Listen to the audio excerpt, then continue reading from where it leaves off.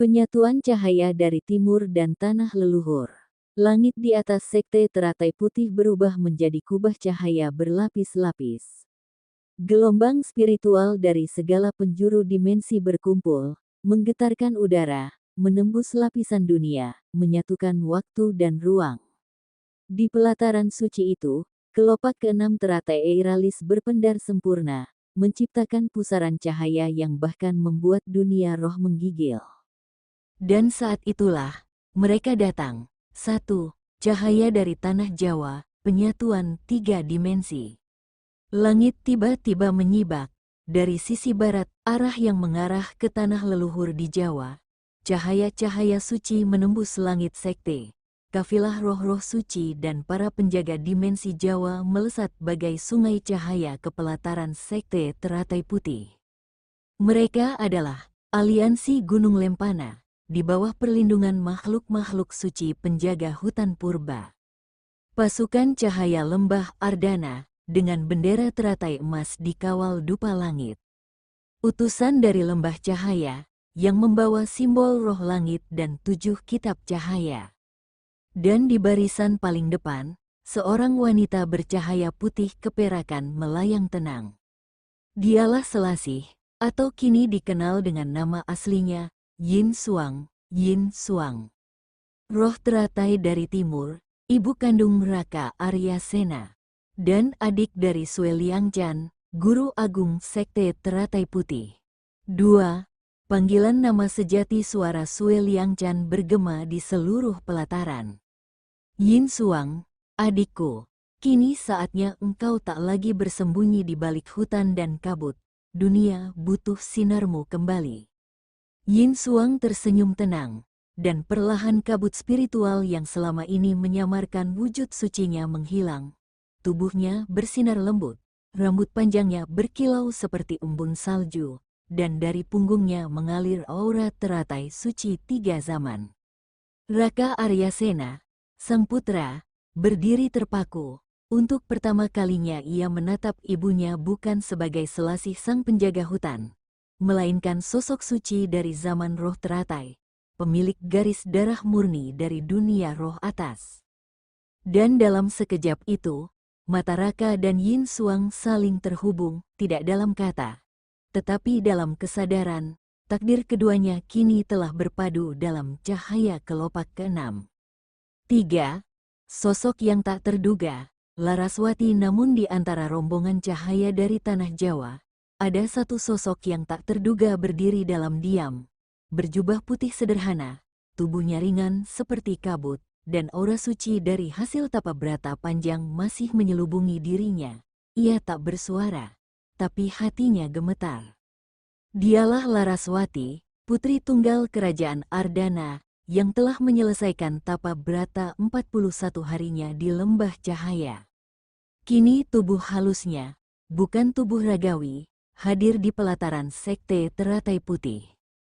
Ia berdiri di sisi barat altar, menatap sosok Raka Arya Sena dengan mata penuh haru dan ketundukan. Seketika mata Raka menangkap sosok itu, Raka terdiam. Ada sesuatu yang berbeda dari cahaya Laraswati, bukan hanya kekuatan suci, tetapi ikatan batin yang dalam, yang tak berasal dari kehidupan ini saja. Namun sebelum bisa mendekatinya, Laraswati justru bersimpuh, dan dengan suara lirih dalam bahasa kuno. Ampuni hamba yang dahulu mengharapkan cinta dari seorang langit. Kini hamba tahu, Tuan adalah cahaya itu sendiri. Maka biarkan hamba cukup menjadi sumbu di antara nyala cahaya Tuan. Dan meski air mata Laraswati jatuh, ada kedamaian di wajahnya. Karena walaupun cintanya tak akan tergapai, ia telah menatap sosok Raka dari dekat. Ia tahu, itu cukup. 4. Simbol penyatuan dimensi.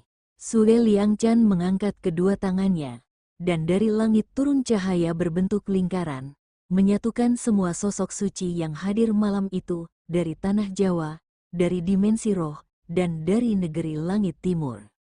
Malam ini adalah malam penyatuan, ucap Guru Agung, cahaya timur dan leluhur bersatu kembali, untuk menyiapkan kelahiran kelopak ketujuh. Langit pun bergetar. Trompet roh terdengar lagi. Dan dari puncak gunung es di kejauhan, cahaya merah keemasan mulai mengembang perlahan, tanda bahwa Eiralis dalam tubuh Lian mulai membuka kelopak terakhir. Dan dunia akan segera memasuki fase akhir, zaman cahaya ketujuh. Pertempuran terakhir di lembah cahaya. Janji cahaya dan kegelapan. Angin di lembah cahaya mendadak membeku. Langit yang semula bening perlahan diselimuti kabut kelabu. Awan mendidih dan langit seperti terbelah ketika gerbang Senmora terbuka untuk terakhir kalinya. Di pelataran utama lembah itu, berdiri ribuan jiwa suci. Mereka berasal dari segala penjuru, dari tanah Jawa, dari lembah surgawi, dari kutub selatan, hingga negeri seberang yang tersembunyi dalam dimensi cahaya. Di tengah-tengah medan itu, dua sosok bercahaya berdiri bersisian. Raka Aryasena dan Lian, sang Eiralis yang telah bangkit sepenuhnya. 1. Munculnya kegelapan abadi dari celah gerbang Senmora. Muncul sosok berjubah kabut kelam. Akulah Memorat, bayangan pertama. Kegelapan yang terbuang dari sang awal, kalian mengunci diriku 1000 masa lalu. Kini aku menagih dunia, untuk ingat kembali. Seketika itu juga langit menghitam total. Matahari menghilang, bunga-bunga di lembah cahaya layu. Dan tubuh para penjaga mulai membatu, tapi tak ada ketakutan di wajah Eiralis. Ia melangkah maju. Memorat, engkau bukan musuh kami, engkau bagian dari dunia ini. Hanya saja dunia memilih melupakanmu dan menamakanmu kehancuran. Karena aku memang kehancuran, balas Memorat. Tapi tanpaku, kalian tak tahu arti terang. 2. Pertempuran tanpa pedang. Pertarungan meletus. Tapi bukan seperti peperangan biasa. Tiada pedang, tiada mantra, hanya jiwa yang bersinggungan. Hanya kesadaran yang saling bertumbukan. Raka Aryasena membuka sepenuhnya wujud roh langitnya. Tubuhnya menjulang laksana menara cahaya. Mata ketiga di dahinya menyala merah keemasan. Lambang penyatu antara dunia, roh, dan kehendak langit. Eiralis memanggil seluruh kekuatan teratai. Kelopak ketujuh menyebar laksana jaring putih ke seluruh langit. Mengikat ingatan, harapan, dan luka dari seluruh manusia. Memorat menyerang bukan dengan kekuatan, tapi dengan keraguan dan kenangan kelam. Ia melempar bayang-bayang masa lalu.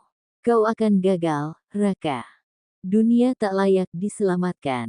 Namun Eiralis menangkis. Dunia tidak sempurna, tapi disitulah cahaya bisa tumbuh. 3. Janji yang dilahirkan dari perang. Saat pertempuran mencapai puncak, tiba-tiba Raka melepaskan kekuatan terbesarnya. Ia memeluk Memorat dengan tubuh cahaya. Membiarkan dirinya menyatu dengan bayangan itu. Eiralis menjerit, tapi ia tahu ini bukan kehancuran, melainkan penyatuan. Tubuh Raka mencair menjadi ribuan cahaya kecil dan menyebar. Dari dalam kabut kelam, suara Raka menggema. Kegelapan bukan untuk dimusnahkan, tapi untuk dikenali dan dijaga tempatnya. Dunia butuh malam agar tahu apa itu pagi. Dan saat itu, Memorat berubah. Wujudnya menyusut. Menjadi sosok anak kecil dengan mata kelam namun teduh. Ia menangis. Karena untuk pertama kalinya, ia diterima. 4. Akhir dan awal yang baru. Langit cerah kembali. Teratai raksasa mekar di atas lembah. Semua kekuatan dari tanah Jawa dan dunia seberang membentuk lingkaran cahaya. Raka tidak musnah. Ia menyatu dalam kesadaran dunia, menjadi bagian dari siang dan malam. Menjadi penjaga seimbang antara cahaya dan bayangan. Lian menunduk, namun tersenyum. Ia tahu, cinta mereka kini bukan untuk memiliki, tapi untuk melindungi dunia dalam setiap langkah waktu. Penutup, janji cahaya. Jangan lupakan kegelapan. Karena dari situlah cahaya belajar mengenali dirinya. Dan para penjaga dunia kini hidup dengan satu janji abadi. Bahwa terang dan gelap tak lagi musuh, tapi dua sisi dari satu napas semesta. Penutup abadi, cahaya yang tak pernah padam setelah pertempuran terakhir di lembah cahaya berakhir. Dan Memorat, bayangan pertama, menerima pelukan cahaya. Langit dan bumi pun bergetar dalam keheningan yang agung. Semua kekuatan yang pernah bertarung, semua roh suci dan bayangan kuno yang telah bangkit, perlahan terangkat ke langit, menyatu menjadi harmoni semesta. Kini kegelapan tak lagi dikutuk, dan cahaya tak lagi merasa lebih tinggi. Dunia pun bernapas dengan satu irama, keseimbangan.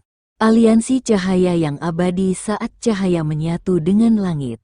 Tercatatlah dalam kitab tak tertulis tentang aliansi cahaya. Para pelindung dunia dari era Raka Arya Sena, perguruan langit senja. Dipimpin oleh Sinho, murid utama Raka. Tempat ini menjadi satu-satunya warisan utuh ajaran Sang Roh Langit.